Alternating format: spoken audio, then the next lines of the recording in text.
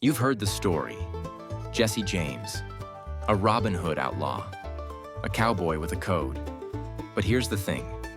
Most of that is the legend talking. And that legend got people killed. If you think Jesse James died in a fair gunfight, you've been sold a story. In the American imagination, Jesse James is a Wild West outlaw, a rebel hero, a cowboy with a code. But the real Jesse James is sharper, darker, and honestly more interesting, because his most dangerous weapon wasn't a revolver. It was the story people told about him while he was still alive. This isn't just a crime story. It's a propaganda story, a celebrity story, and a post-war trauma story. And it ends in the quietest way possible, inside a house, in daylight, with someone he trusted close enough to touch him. Before we get to that room, we've got to start with the world that made Jesse James. Missouri in the 1860s wasn't a normal place. It was a border state ripped apart from the inside. Neighbors turned into enemies. Politics turned into personal revenge. Raids weren't just about money. They were about humiliation, terror, and payback.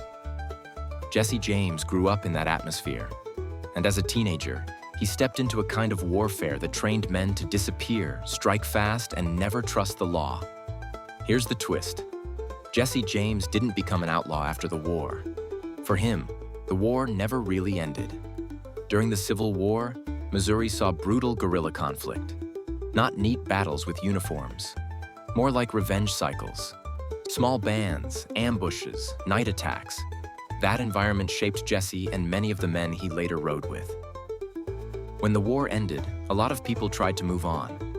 But for men who lived by the logic of guerrilla war, peace could feel like defeat. The world shifted. Power shifted. And suddenly the people who dominated local life felt pushed aside.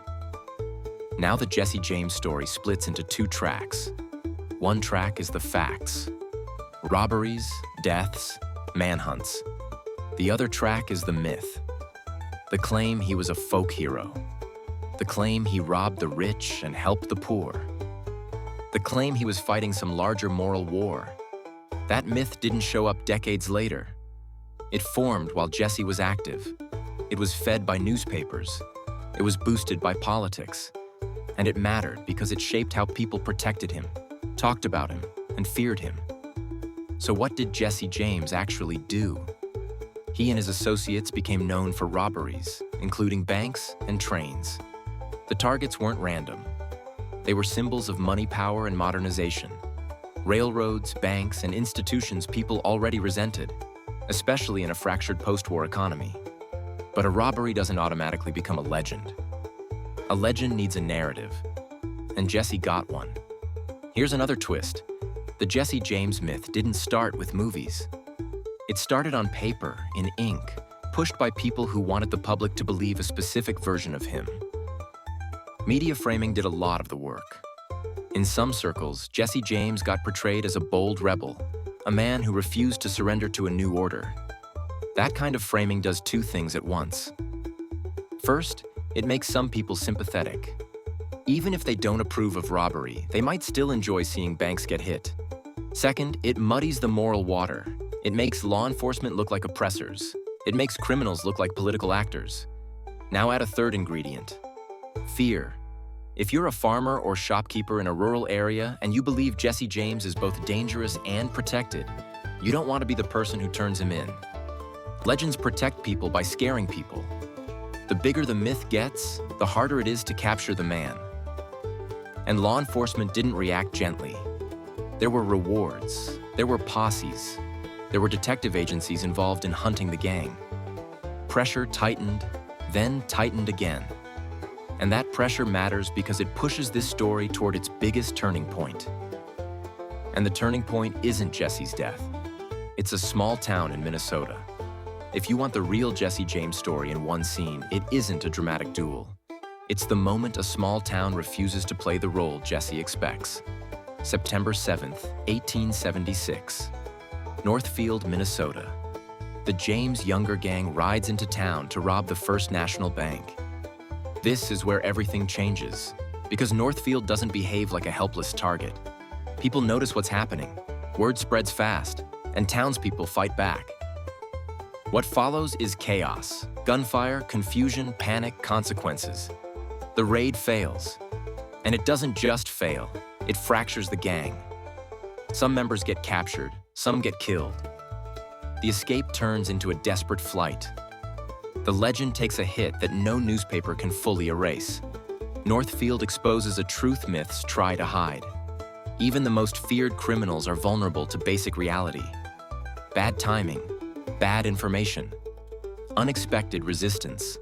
And once panic hits, plans fall apart fast. After Northfield, things tighten. The circle shrinks. The pressure rises. Trust gets thinner. And when trust gets thin enough, an outlaw doesn't get caught by a genius detective. He gets caught by a friend. People think Jesse James got taken down by the law. He didn't. He got taken down by incentives and access. By the early 1880s, Jesse's hiding. He's moving under an alias. He's trying to rebuild a crew, but it isn't the same. The old gang isn't intact. The world is hotter. The reward money is real. The risk is constant. Jesse settles in St. Joseph, Missouri. Think about that. The man who gets mythologized as a roaming outlaw ends up living in a normal house, trying to act normal, letting his guard down just enough to be human. Inside that house are the Ford brothers, Robert and Charlie. This is where the ending turns into pure tension, because it's not about speed or skill.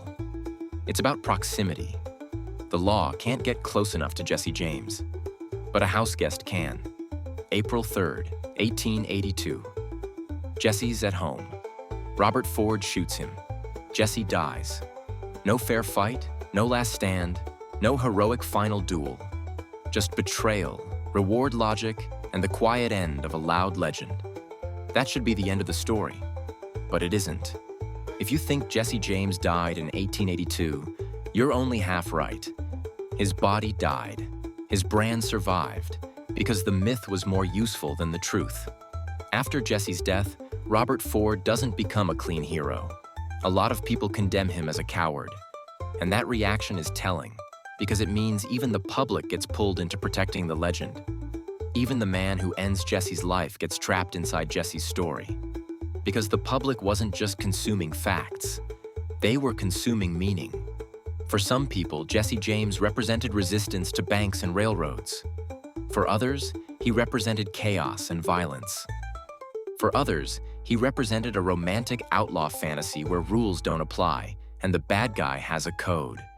Jesse James became a mirror. People looked at him and saw what they wanted to see.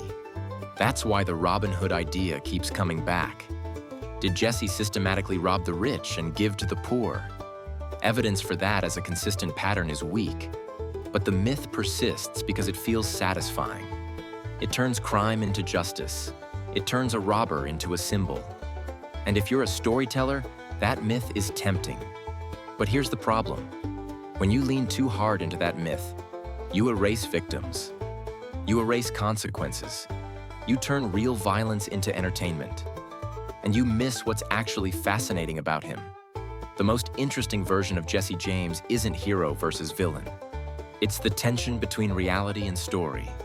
Want the most useful way to tell this story?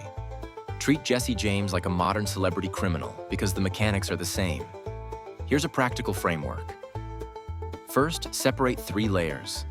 Layer 1 is verified anchors. Dates, places, and key events like Northfield and his death in St. Joseph. Layer 2 is interpretation. Motives, politics, and why he chose targets. It's where you say, this might be why, and here's what changes the answer. Layer 3 is myth. The Robin Hood frame. The perfect rebel frame. The idea he had a strict moral code.